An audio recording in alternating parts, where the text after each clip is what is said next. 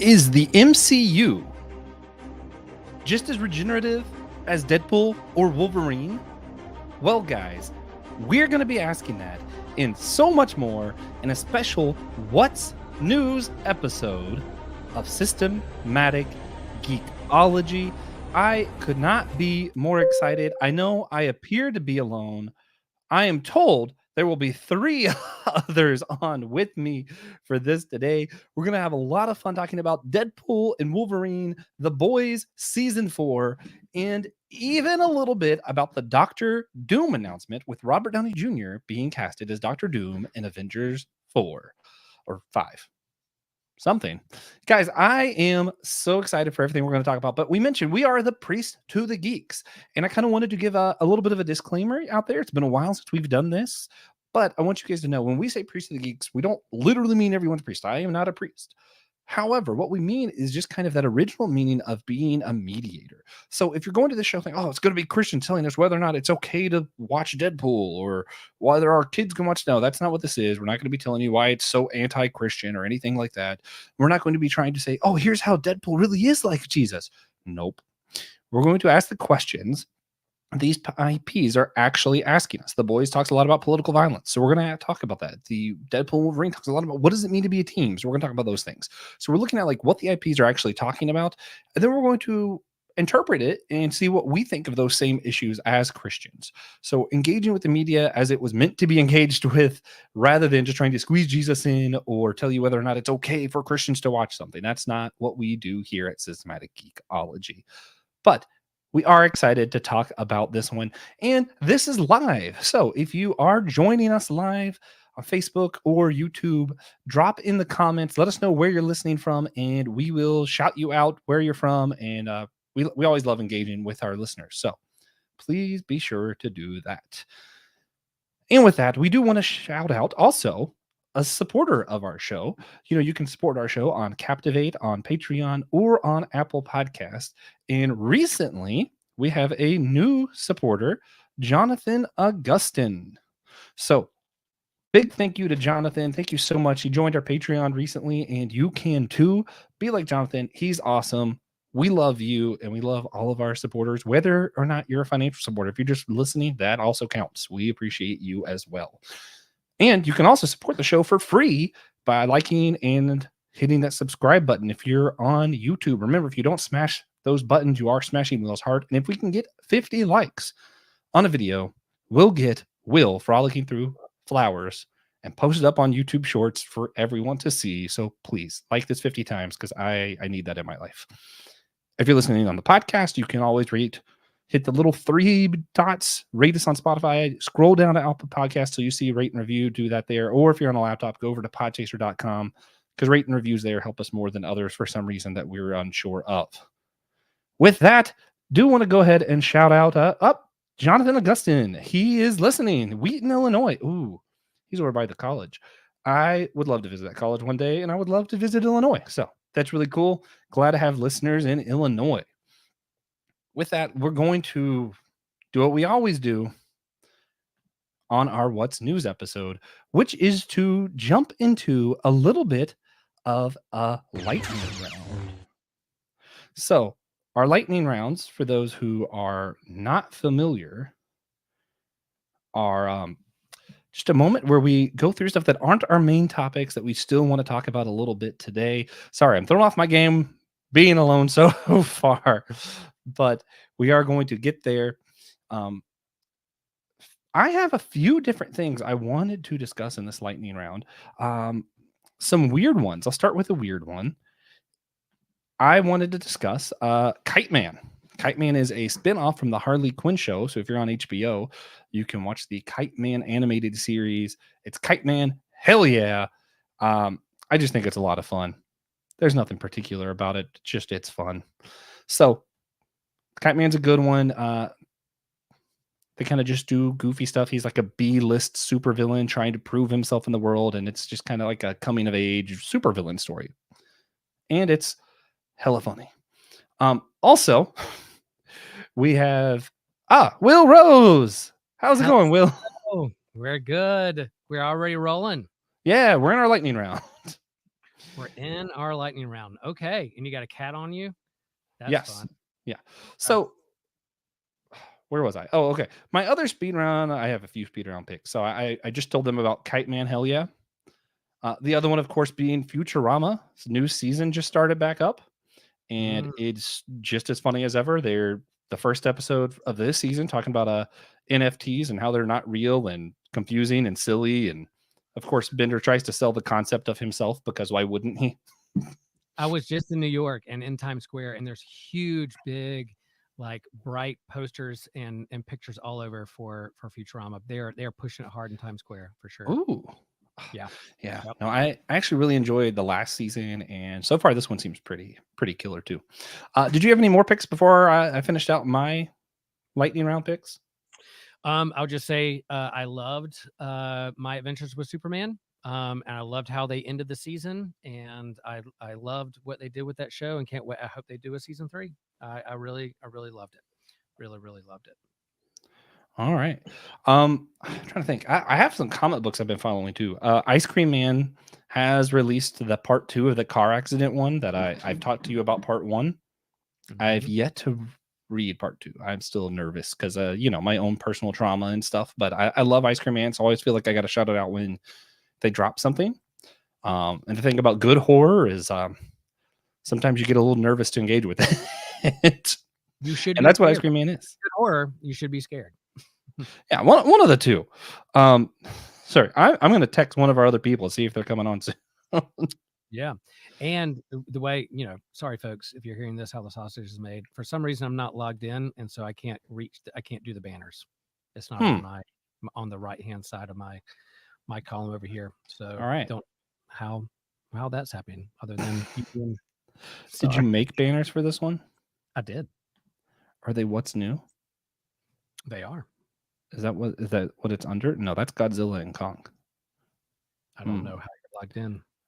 Maybe I need to I log don't in. see a Deadpool banners. I did it underneath Maybe Deadpool example. Wolverine. Aha, it's under example banners. Okay. Ooh, do you hear that echo? I do not. Okay. So that was some fun behind the scenes stuff. There you go, folks. That's how sausage is made. This is fun. Yeah. Ah, man, I know there was something else I wanted to shout out on what's news. I will say the new Planet of the Apes comes out on HBO tomorrow, and I didn't get a chance to see it in theaters, and I know Kevin's been recommending that, so I'm super excited to check that out too. I didn't see that in the theaters. Be happy to see that about. But yeah, and I'm also geeking out on the Olympics. I'm a big Olympic fan. I'm a sucker. I love it. Are you offended? I'm not at all. Not at all. I knew people would Mm. be. I was like, oh, I see what's going on there. I see what they're doing. But yeah, we could go whole stuff about Olympics, and it started off as a pagan ritual of sports and whatever, and a tribute to the gods. So if you're going to throw back the history of what this event's about, then why not allude to some of those imageries? And I knew immediately when that happened, and certain people within the spectrum of Christianity got upset. I couldn't wait for my progressive friends to clap back and ask about other things they should have been offended by. And they're not. So it's like, if you're going to be offended by this, why aren't you offended by these other things? Pointing towards Yeah. political Well, actions.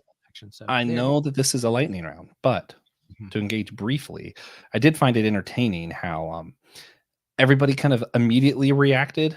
And then you saw like there's like layers of it. It's like there's Americans that are like mad on both sides, like, oh no, it's not really Lord's Supper, or oh, they're being a disgraceful.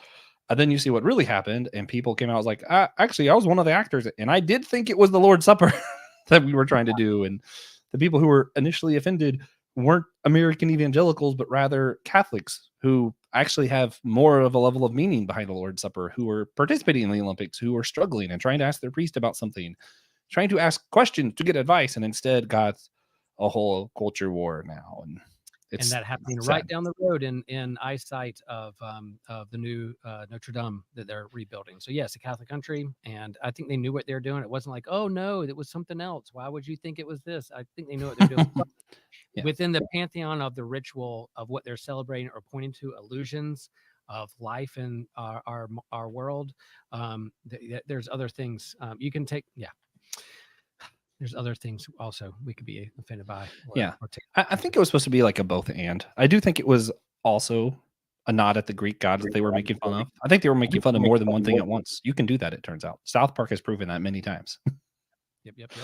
Yeah.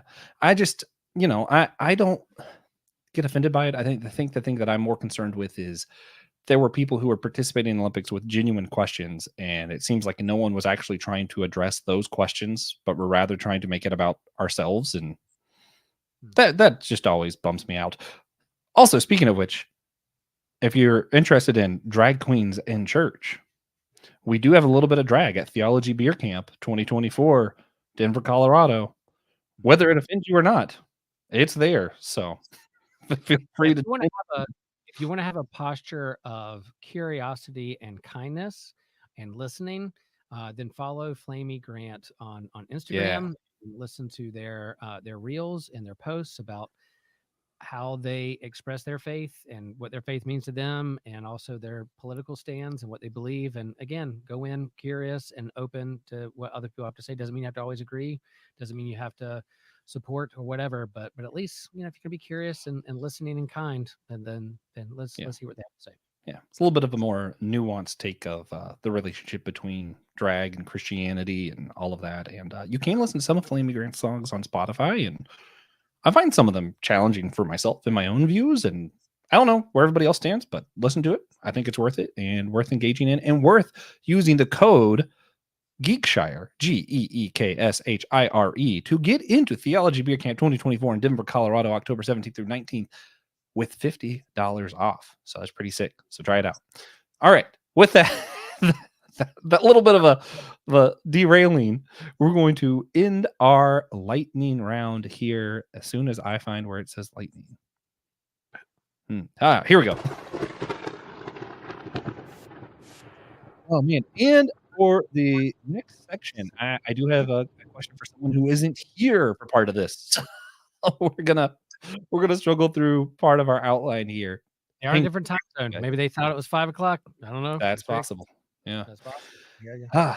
So we'll see. We'll see what happens here. The Boys season 4. It was a wild ride. For what we're going to talk about, since this isn't really the main topic we want to jump in, I'm just going to touch on some key points of what's happening in the story here, because there's something I think that we should address as Christians who engage with the geek realm. So season 4, it was set up so that basically it could be a commentary of what's happening in American politics. And they set it up where we're going to do some intentional violence and polarization and some behind the scenes manipulating, because really the higher up people who are corrupt actually benefit from a lot of this polarization and some of the manipulation and getting people riled up against one another, all that kind of stuff. Keeps the powerful. Yeah, keeps the powerful, the rich, all those good things. So that's how it was set up, and it kind of cascades and gets worse and worse and worse until they basically have a set thing where the vice president is going to replace the president, and there's going to be an assassination attempt. And then real world, there was an assassination attempt on former President Donald J. Trump right before the season finale of season 4, where they're going to do an assassination attempt on a politician. So on that final episode, they had to have a little bit of a disclaimer saying none of this was meant to portray real people, all this stuff, which we all do know that it was commentating. So there's a little bit of you're kind of gaslighting us here a little bit, just a little bit. But I understand why they did that, because they don't want to be seen as for political violence, which they weren't. I think the whole point was to say, hey, the direction the country's going, we're going to end up in political violence. But as they were trying to get that message out, we already were in political violence.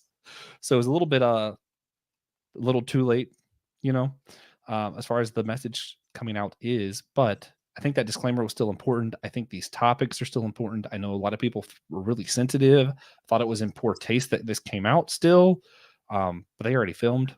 All these things were already done. They didn't know what was going to happen. But yeah, this is some dangerous waters here as far as all this stuff goes. All that just to say, I wanted to ask my pastor, Will Rose, how would you mind just kind of speaking maybe a pastoral word towards those of us who are concerned about this kind of violence and the kind of stuff that's happening both in this show and in the real world around us? Sure, I'll be happy to. Again, like I don't have all the answers or thoughts, just some initial reflections. I think, I'm not watching The Boys. I know of the comic book, the graphic novel, and I watched some of the first season. But in terms of my bandwidth of what I can consume or not consume, it just hasn't hit my queue, and it's not something that I've watched, not because I'm against it or protesting against it. It's just, again, we're gonna have an episode on geek life balance here pretty soon to talk about what we consume and can't consume, and if you're getting overwhelmed by it all, and that's kind of where I am. So I'm not keeping up with this. I'm keeping up in the zeitgeist of like geek culture, and then hearing people like Joshua and Nick and friends who do watch it and what they think about it, and that's fine. So I just, share that I think political violence and revolutions and resistance and protests and assassinations and assassination attempts is nothing new in American and world politics. So again, when that assassination attempt happened on Trump, I was, like others, not surprised, and and somewhat surprised it hasn't happened earlier. Not that I support it. And I think I did a little blog post on our church website about kind of some reflections on political violence in our culture. And one of the things I shared in there is that, I understand the sense of urgency and that people feel of not being heard and what they're feel like they're being drawn or brought to. But I think violence is the disease, not the cure. And so I stand against political violence and against anybody created in the image of God, which are all people. So against that. So I was grieved by what I saw, that someone felt like that was what they had to do to be heard or get their way in the world. And then I was scared and fearful of how that assassination attempt was going to be manipulated and used for their own benefit, rather than being humbled and being on death's doorstep, or have a change of heart and see the world differently, but rather double down on some other things. And so all that, disheartened by that, but also uh, again looking towards Christ as this rabbi who was about peace, and who, yeah, he flipped tables. Yep, he had protests, but he sat at more tables than he flipped. He pulled up chairs to dinner tables and sat with those who were marginalized than rather kick them out. And when Peter drew his sword and cut the soldier's ear off, Jesus said, "Put your sword away." And so that's my posture and stance that I'm going to lean into, and follow in the footsteps of that first century rabbi who was executed by the state through political. So that's where I stand, and I think we have, as geekologists and as people of faith, we need to take a look in the mirror and do some discernment about how we act and react before November, and be prepared for what could happen after November. So that's where I am right now. That's off the top of my head. Is it a perfect statement? Well oiled system, theological draft or blog post? Probably not. But yeah, message us and let us know what you think.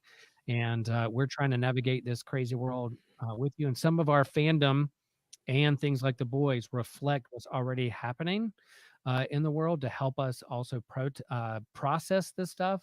And so yeah, just the synergy of that happening at the same time, I think, shares a lot and reveals a lot of where we are in this world. Yeah, for sure. Good word.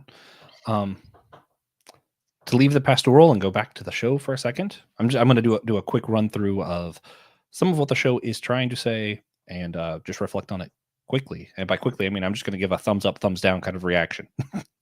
A lot of the show is about how power corrupts, including superpowers, including political power, including the power of influence that some people get through Christianity.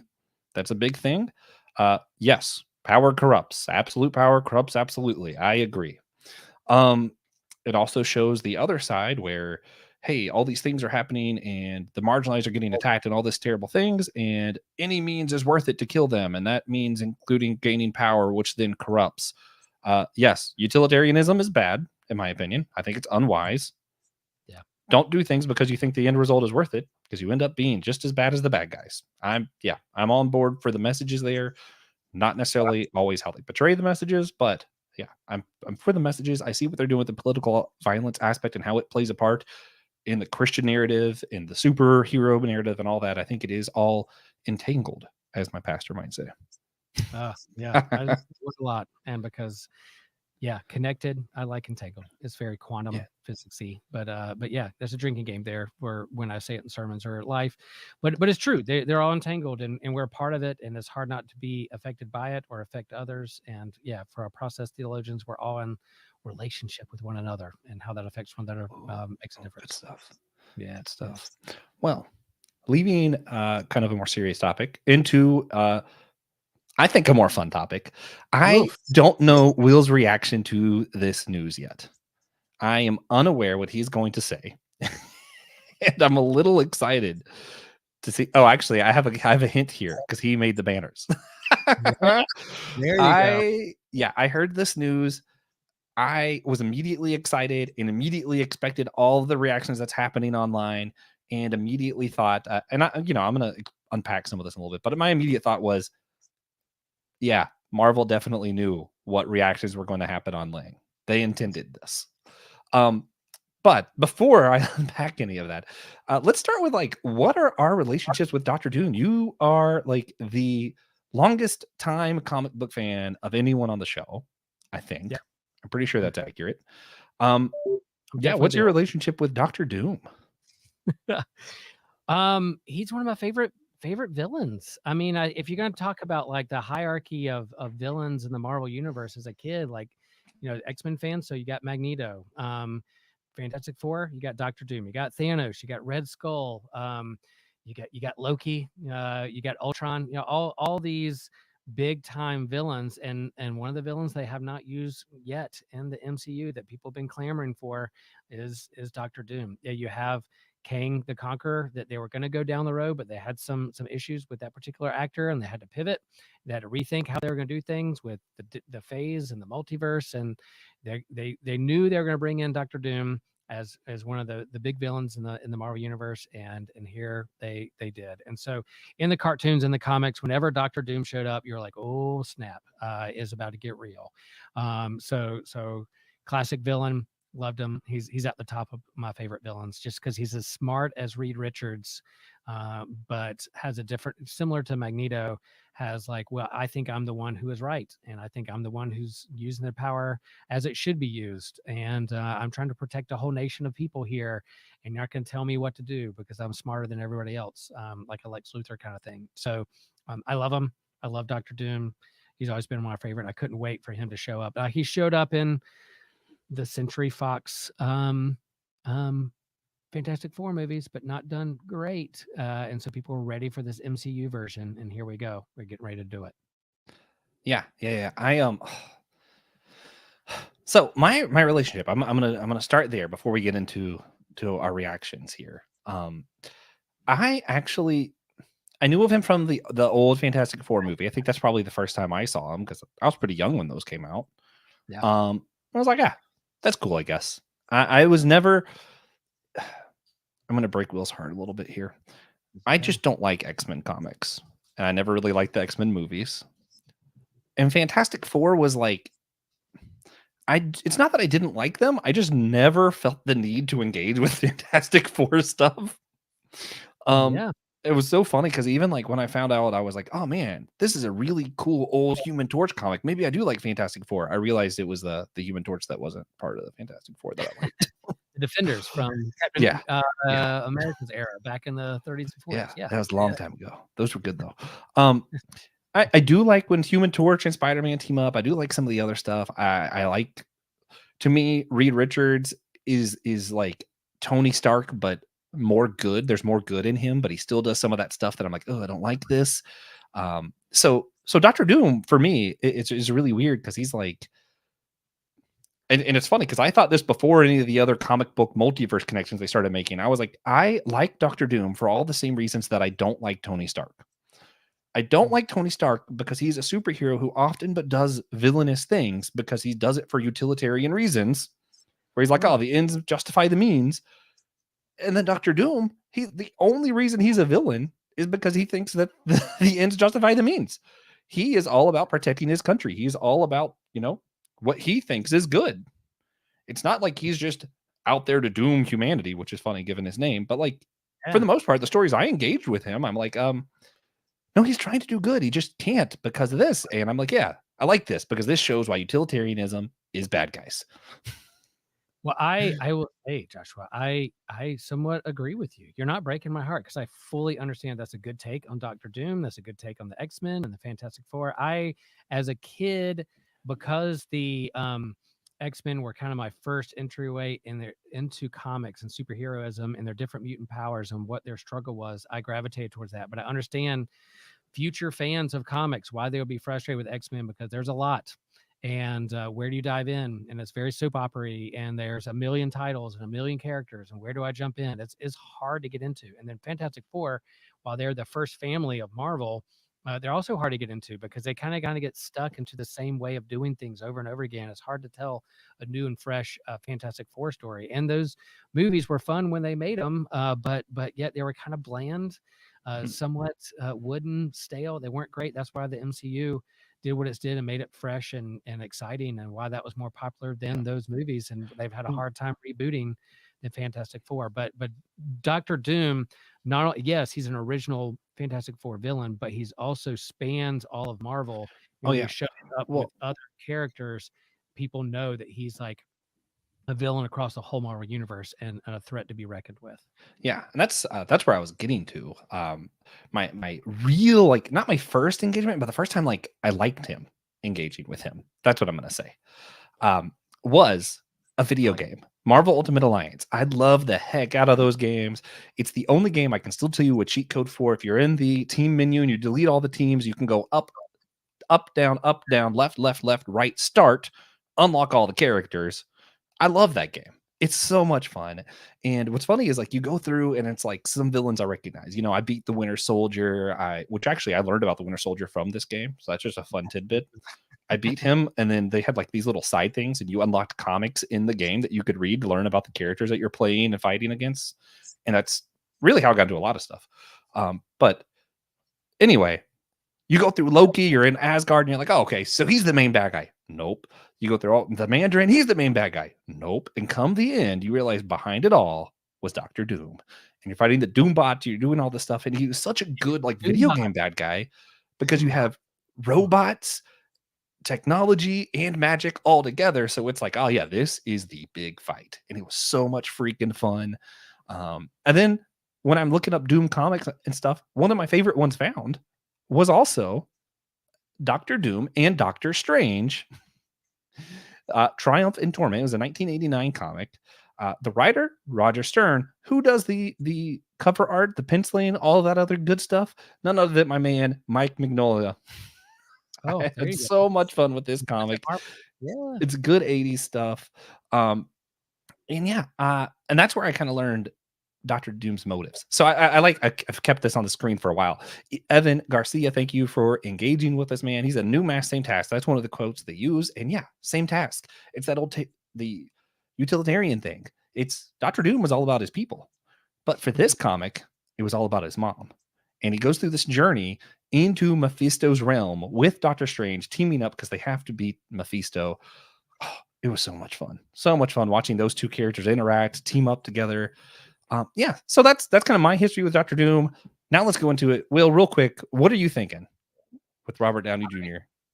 I love this. I think, you know, if we're again, like Doctor Doom, he's tech. He's a doctor. He uses technology and smart and science and intellect and all that, but he's also mystical and a wizard and sorcery. So he uses like both mysticism and science. You know, again, the faith and science guy. He uses both. I think that's fun. And then yeah, I'll get to this. Remind me to make this comic book recommendation here in a minute because I think it ties in. But you know, if Phase 4 after Endgame, they didn't know what they were doing. COVID hit. You got the multiverse. Is it tied in? Is it not tied in? What are we doing? You lose your footing. What's going on? The Russo brothers go off. It's been some is good, hit or miss. Some of these movies, it makes sense that you bring in your heavy hitter who started it all way back at the beginning back to another role to reboot. That happens in comics all the time. Reboot, a new number one, a new launch, a new story with some familiar faces that people trust and had fun with. then yeah, if you're going to do the Jonathan Hickman style Secret Wars where Doctor Doom is behind it all and these alternate timelines and versions in the multiverse and TVA, what we've seen, then it makes sense you could have an alternate version of Tony Stark / Doctor Doom who was Iron Man but not. And I see some fan online pushback that, man, this cheapens his death in Endgame. Then what? He died for nothing. My emotion was for nothing. No, you can have an alternate timeline, similar to how people feel about Rise of Skywalker with Palpatine and Return of the Jedi. Well, that just kind of cheapens what happened in that movie. Yeah, I see your point, and I kind of see your point. It kind of cheapens his death. But if you do an alternate timeline and let the man really do his thing, it should be a lot of fun. In the Russo brothers, I trust. I love Robert Downey Jr. Let's see what he does. My only kind of skepticism is that Doctor Doom leaves his mask on all the time. All the time. He never takes it off. You never see him except for like a weird, maybe side quest, comic book, what if, that you never see Doctor Doom with his mask off. But Robert Downey Jr. loves to see his face on screen. Hence all the like face shots in Iron Man. I've always seen what he was, facial expressions in the Iron Man movies. Are we going to see his face? Is it going to be a deformed face? Is he going to leave his mask on the whole time? I don't know. So if he takes his mask off a lot, I'm like, come on, Doctor Doom leaves his mask on. So anyway, there is a comic book, Brian Michael Bendis and Alex Maleev, who is a fantastic artist. It's Infamous Iron Man: The Rise of Doom, and it's when Doom becomes actual Iron Man. Maybe Tony Stark was dead during this time. I can't remember in the timeline of like the Marvel comics, but this is a pretty cool comic graphic novel. The art's fantastic. Infamous Iron Man: The Rise of Doom, Brian Michael Bendis. And I think it was funny when they made this announcement with Robert Downey Jr. playing Doctor Doom. Brian Michael Bendis on social media immediately posted the cover to this first issue and said, "Oh, wonder what they're doing here." And he was like, "How convenient that they're using some of my stuff." And Brian Michael Bendis drove the ship of Marvel Comics for many years. He was their heavy hitter all-star and did some pretty cool storylines. Can be wordy. So Joshua, be careful. I know you like comics that have tons of narration and words may be tough, but a lot of talking heads with Brian Michael Bendis. But it's if you want to see what they could do or a version of Iron Man / Doom crossover, read that book. That's my recommendation for this episode. I'm gonna do a prediction and then a defense. First, I'll do the defense first. Also because I figured out why our guest Nick Polk couldn't come, so I have to make a Tolkien reference. So here it is. A lot of times, some things just work better in cinema than other things. You can't expect cinema to be comic books. You can't expect cinema to be books. The Two Towers happen in a very different time sequence than what happened in the books because it makes more sense in cinema to do it that way. In a book, you can't rotate fight scenes every other second. That doesn't work. But in a movie, sometimes it does a lot of poetic justice. And in this case, comic book characters don't age. Real world actors do.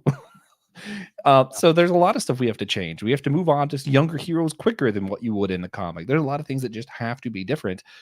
And this is one of those where I think the parallel is intentional and you have to do it in a movie setting because A, parallel, B, movies can't spend as long a time as what comics do to build stuff out because people age and they move on to other projects. This isn't his entire life and it won't be. And this is one of where I think you see Tony Stark was the ultimate utilitarian hero who learned about self-sacrifice. And what better way to bring some parallelism and show that our younger heroes can't step up than to bring that old face and say, hey, our younger heroes can hang in there with him. And we can visually see that, draw some parallelism, and I think it'll be really cool. Also, Young Avengers are going to show yeah, up. here we go. That's what I'm thinking. That's what I'm thinking they're going to do. They're going to show that the Young Avengers can hang in there with Tony Stark. Maybe we'll get an evil Cap. That'd be kind of cool. I doubt it. That'd be cool. Here's my guess though. My guess is we'll see a different Doctor Doom in the Fantastic Four movie. And Marvel's intentionally doing all of this so that people are freaking out now. And then when they see the other one, they'll freak out and be like, wait a minute, he was supposed to be Doctor Doom. What if they're doing this? What if? And we'll all play the guessing game online for about a year. And that's all anyone will be talking about is what is Marvel doing? This makes no sense. And then everyone will go see the movie and they'll make lots of money. That's what I'm thinking. Yeah. I mean, they had to make a big splash at this Comic-Con. It's the first San Diego ComicCon since like COVID where, they could really just roll out like in the before times, and they did that. They filled Hall H. They had some big announcements. They had some big reveals, and ever the showman, Robert Downey Jr. How are you going to make the news and go viral? Like it was huge, and they're in the news. They're creating news, and people are talking about it. And so, what's going to happen? We'll see what. But I think we'll see the Doctor Doom that a lot of people want before we see the Robert Downey Jr. Doom, and I would even venture to guess we might see the two face off at some point. Because remember, Doctor Doom isn't a strict villain, as contrary as it seems to his name and mask and general appearance. Yeah.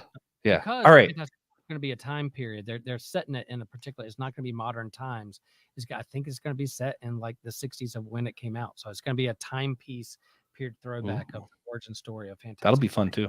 They're going way back to like at the 60s. Yeah. I think so.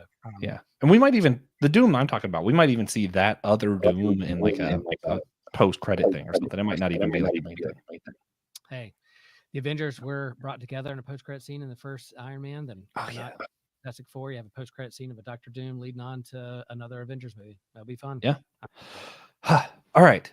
Here we go then. Main topic time. Deadpool and Wolverine. Spoilers, folks. If you have not seen this movie, we're going to talk about the characters and the cameos. And so what did you think when Deadpool died? Oh, man. I thought it was awesome because we knew he was going to come back because he regenerates. Oh, man. Okay. And then what's your attachment to this movie and these characters? Have you I assume you've seen all the other movies. Did you love them? Did you like them okay? Where are you at with this? You talking about Deadpool or Wolverine or both? Yeah. Okay, both. Yeah, in the comics, I was never so Deadpool as a comic book character emerged in the 90s when people had lots of guns and swords and pouches on belts, and that was my gap of not collecting comics and didn't know a lot about them until I started collecting again in the early 2000s. So I had to catch up with Deadpool and understand who he was. So I did not have a lot of history with Deadpool or his kind of comic relief, break the fourth wall in comics until I got back into comics in 2000s, and then, but of course, was always a big X-Men fan and loved Wolverine and all those. So that first X-Men movie in 2000 really kind of helped spark me wondering what's going on in the X-Men universe. And so those movies were kind of fun, seeing these characters on the big screen and seeing what they could do with them. And so the fact that we have both of them and the team up that we all waited for, that they allude to in the movie, this is the team up you always wanted, the fight you always wanted, let's do this. It was pretty fun. So I have some history with them in the source material. I did watch the first two Deadpool movies, thought they were funny. I thought it was a different take and kind of its place in the comic book movie history and where we were. I have another take I'll share later on. I'm not going to spoil it just yet. A little teaser of a thought of where this particular movie falls in kind of history of comic book movies. But yeah, I have some history there. I love the other two Deadpools. Couldn't wait for this one. I had a lot of fun with this one. I had a lot of fun with this movie. Oh yeah. Yeah, I had a lot of fun. I liked the first Deadpool. I was really hype about it. The second one I thought was pretty cool. Second one happened in my I had like a big trip post my accident where I went to Disney with two of my best friends, Mark and TJ. This was actually when TJ and I really started being best friends, I feel like. And while we were there is when Deadpool 2 came out. So we saw it in the big theater that's in the Orlando Universal Theater there. So yeah, so we saw that there. After for some reason right beforehand we rode Popeyes, got soaking wet, and then went to a very cold theater. Not a great. I wouldn't recommend that. But it was fun. I didn't like the second one as much as the first one. This came out. This might be my favorite of all of them. I loved this. I thought it was so much fun. And it was weird too because Colossus fan and the X-Men, like he was kind of my character. I really liked this kind of artist poet who was also the big muscle and all that. So I loved. So when Colossus showed up in live action in Deadpool, that was pretty fun. And then this one was fun too. So yeah, I agree with you. Of all the three, this was my favorite. Go for it. Keep going. Oh yeah. Oh man. So trying to remember where I was. Oh, as far as like the X-Men movies, I think I eventually watched the original three. That was hard for me to get through, so it was just kind of I've seen bits and bits here and there, and it just wasn't for me. But the other Wolverine movies, I enjoyed those. Other than X-Men Origins, obviously, the one where he goes to Japan, I thought it was cool. It didn't make a lot of sense, but it was cool. I liked all the fighting. Logan, masterpiece, absolute masterpiece. Yep. And this was not as good as Logan. I will say that. So I saw Christian put on his comment that he was like 9.5 out of 10. I'm like, yeah. See, the hard part is like, yeah, this is definitely better than the other Deadpool movies. It's not as good as Logan or some of the other MCU movies, in my opinion. So I'm like, I don't quite know where to put it. But we'll get to ratings here in a second. Yeah, it's a different genre. Beforehand. I think, in terms of ratings compared to other movies, I do think it's like apples to oranges. It's a different, and that's when I'll get to my ratings, what I'll share about it. I think it's a different genre / comedy parody than the other movies you're trying to be. It's something that's totally different on its own, what it was trying to be and what it knew it was. I give it high grade, but yeah, keep going. Oh yeah.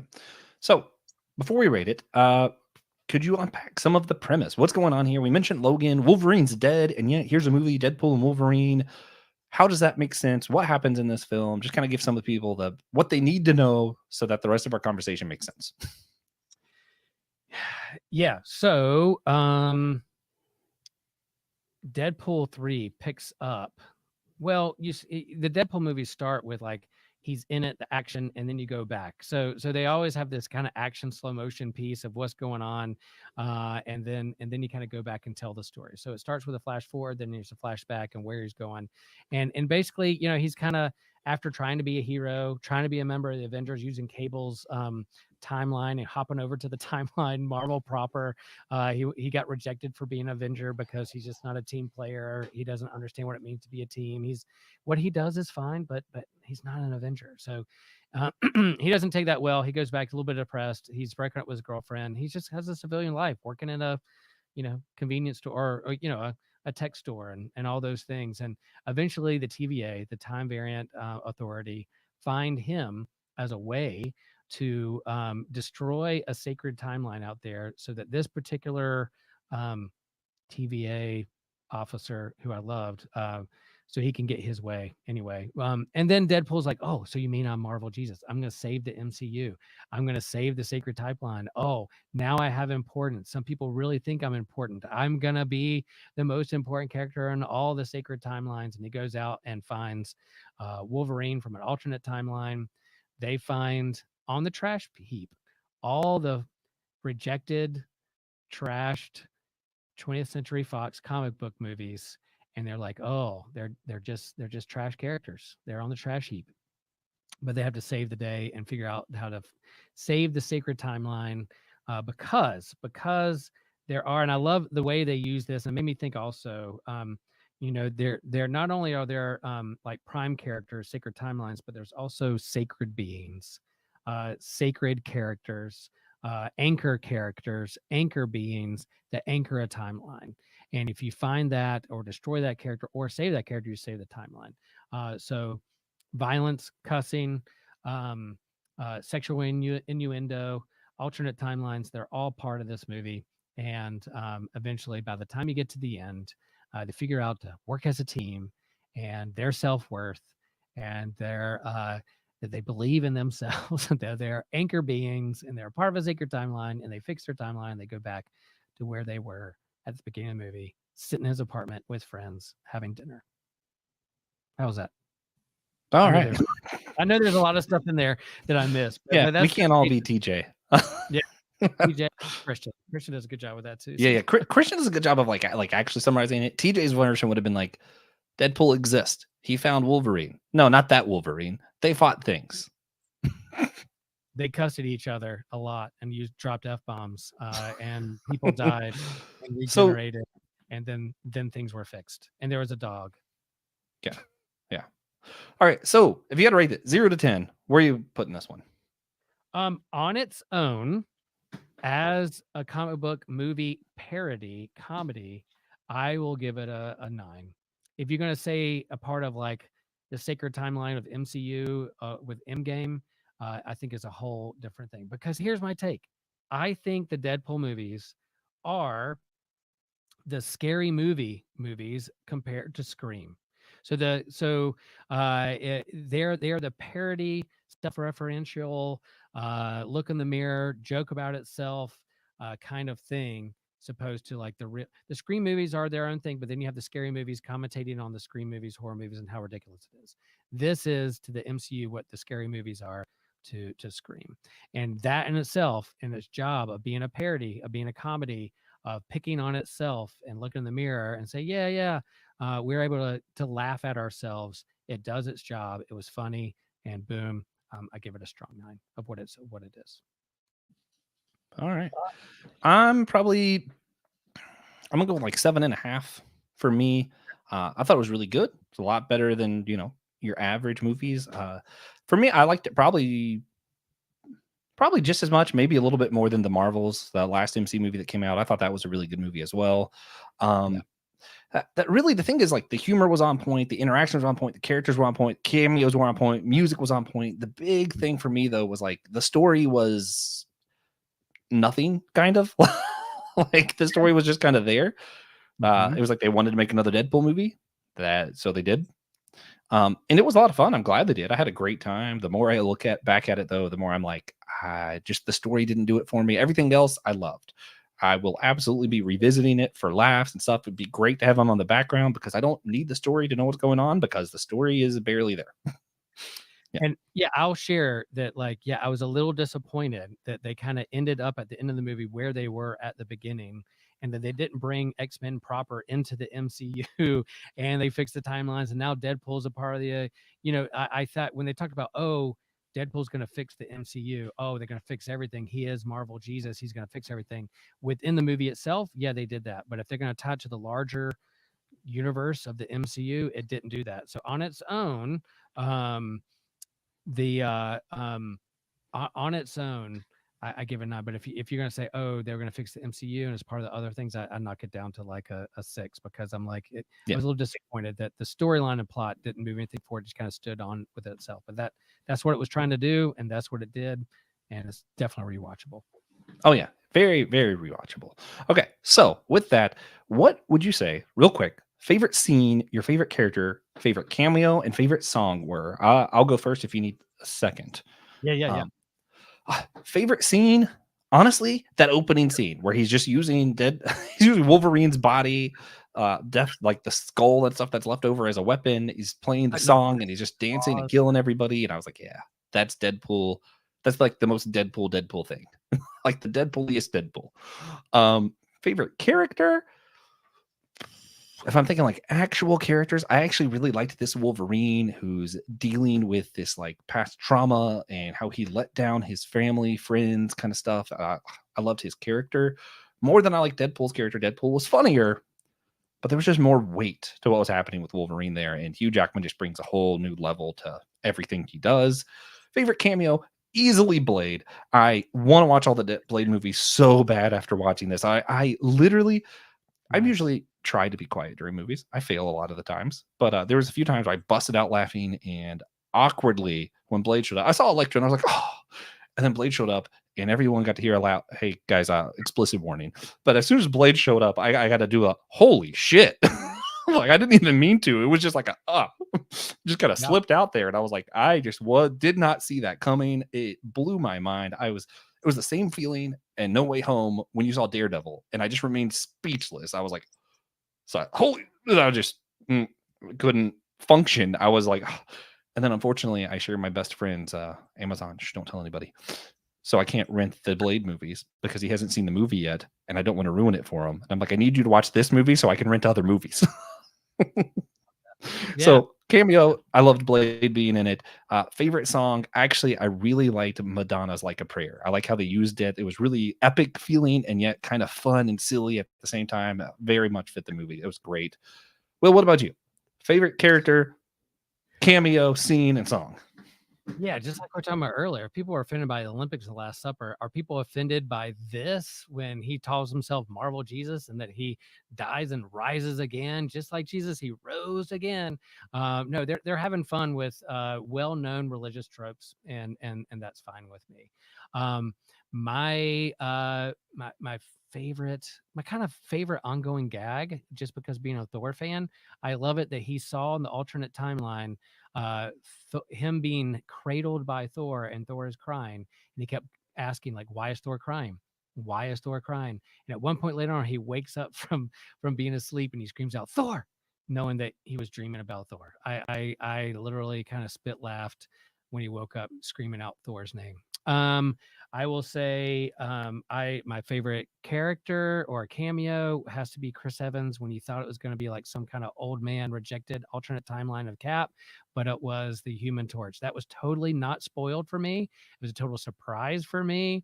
I stayed away from articles and spoilers and trailers for a long time for this movie, knowing they were going to have a lot of cameos. So that was truly a surprise when the Human Torch version of Chris Evans showed up and their interaction. I just loved every freaking second of that.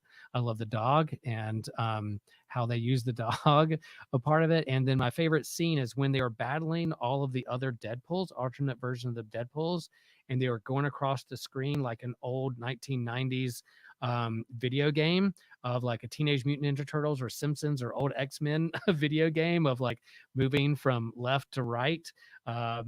It's not 2-bit, but it's something similar to that, where I was like, oh, I know exactly what they're doing. This is an old video game of them fighting different Deadpools across the screen. I thought was absolutely genius. So those are some of my favorite moments. Yeah, Gambit, the inside jokes of what could have been or not been. Oh, that was great. I really want them to bring X-23 a part of the new Avengers and the X-Men and the proper MCU. I love her character. I love her. I love that actor. Please let her be a part of Young Avengers and MCU proper. Yeah. I was hoping we would have time to talk about like our future hopes with the MCU, which we might not have time for. But I will say my big one is, unlike Endgame, where they like forced a female moment, they're like, oh, here, look, all the female heroes are together. I think we could have a real female team now. We could have X-23, Miss Marvel, Captain Marvel, She-Hulk, like all these characters that we actually built up together, and it would be freaking cool. I would love that team. X-23, Miss Marvel, and why can't I think of her name? The one that punches through reality that was shown in the Doctor Strange Multiverse of Madness. I'm blanking on the name. But those three together, I would love that. I'd have so much fun. Their personalities are great. I think I'd have a fun time with that. Anyway, but this movie does, I mentioned earlier, what we want to do is really talk about what is the movie asking us? Like, what is it asking us to talk about? And I think the big thing in this film was like teamwork. Do we let down others when we don't show up for them?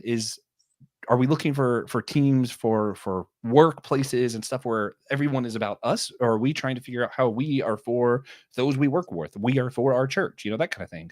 I don't think it was asking us about church, but it was asking us, like, what does it mean to be part of a team? And we see that two different ways. Through Deadpool, we see where he's all selfish and he wants a team that he can be a part of because he needs it. And it's like, well, wait a minute. Do you need it or do they need you? Like, why would they, And then, when you're interviewing for a job, that's an important thing to ask yourself. But Wolverine's was more, he wanted to do it all on his own, and people died because he simply wasn't there for his friends when they needed him. So that's what we're kind of asking about. How did you reflect on some of these themes of teamwork and what it means? And did you think of the church any? Because I was thinking of it and I was like, for me, the big difference, I think, of church, like workplace, everything else, I think this question of teamwork really fits easily. Church, it doesn't fit as easily because, sometimes you do go to the church because you need it, and that's okay. So it's a little bit different. Yeah, there's that mix of I need my Sabbath time, quiet time, catch my breath, grow as a person, an individual, but do that not by yourself, but in relationship with one another. America Chavez, thank you, Christian. Yep, that's the character we were thinking about. Love you, Christian. Yep. But I made it no secret that I love the team books. I love Justice League. I love X-Men. I love the Avengers. I love it when you have these different personalities and power sets having to work together for a greater threat. And I use that analogy all the time when I'm working with youth groups or church councils or people, that we're a team together. We're different, and yet we're called to be one body. Paul used that image with the hands and the feet and the arms and the legs and the head, whatever.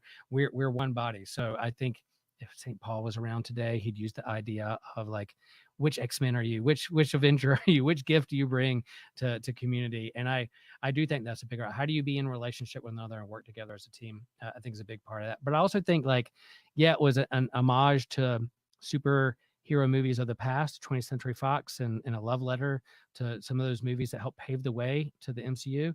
20th Century Fox walked so that MCU could run, right? But I think also, like, on this trash heap, they're all throwaways. They're cast aside. They're seen as just just thrown aside on a trash heap into this like far away trash land. But yet they still had worth. Yet they still saved the day. Yet they still found their self worth of themselves and with others and worked together. Cassandra Nova was a fantastic villain, man. That was good. And creepy hands through the head and reading your mind and getting to the core of who you aren't fantastic. So yeah, I think all those themes are there. Teamwork. What does it mean to be a part of a team? But also, who's your anchor being? What anchors you? And what's your self worth? Do you see yourself as just a throwaway on a trash heap, or are you part of a team in your own sacred timeline that can help each other's out? Yeah. I like all the teamwork stuff. This would be my last note before we wrap this up. Was I think even there was a little bit of intentionality between the Marvel Jesus line, where they're using kind of a Christ figure. They're not trying to show this is Jesus. Deadpool is not Jesus. But there is a trope in media that is called a Christ figure, where someone is the chosen one. They're picked out of the bunch, and they have to sacrifice and come back.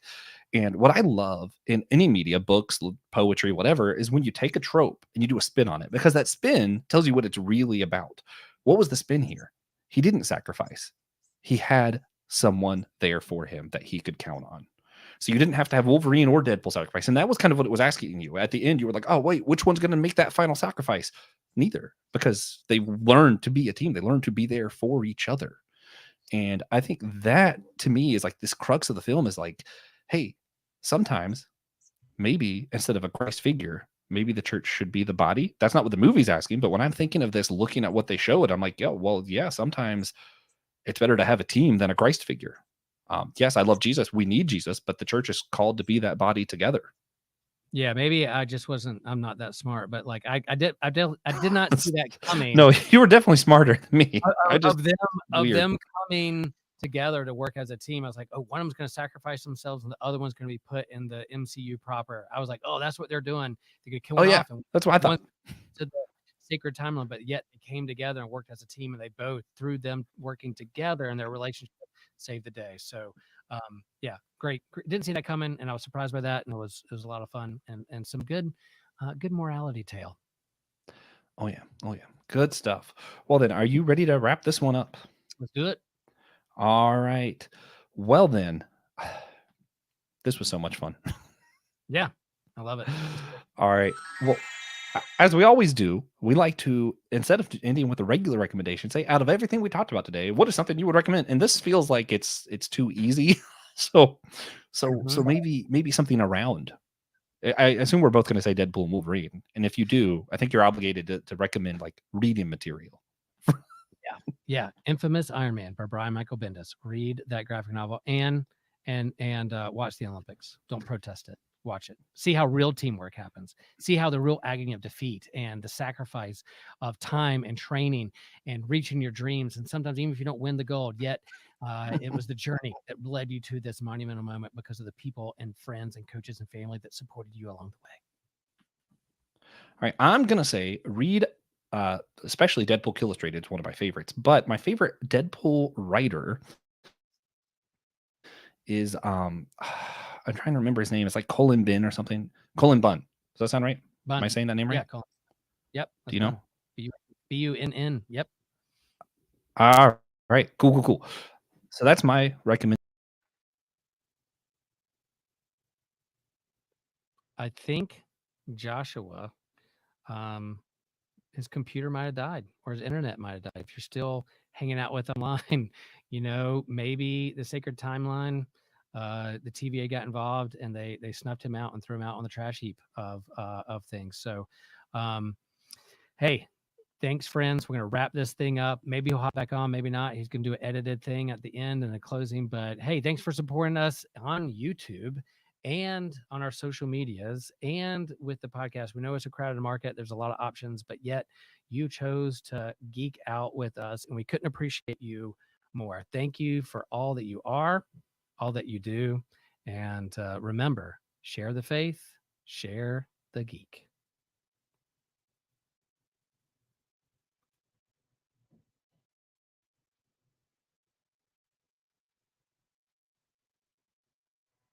Hey, Joshua, we're still here.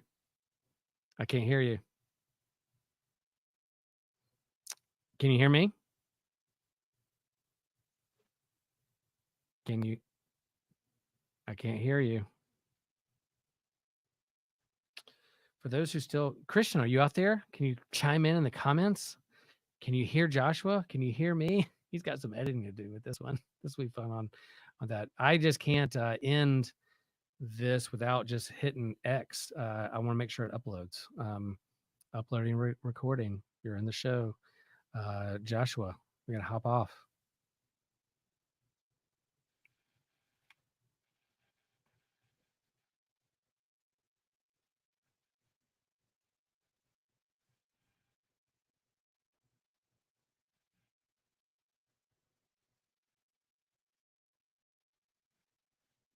All right, Joshua, I'm hopping off. Thanks, folks. We love you. Go see the movie. Let us know what you think. Pull for your team. You're part of our team. Peace.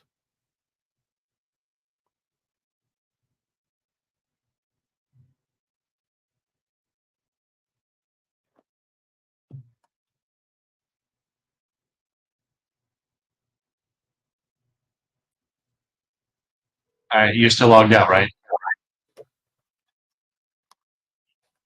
Hello. Yeah, You're still logged out. I'm still logged out. Is it going to upload?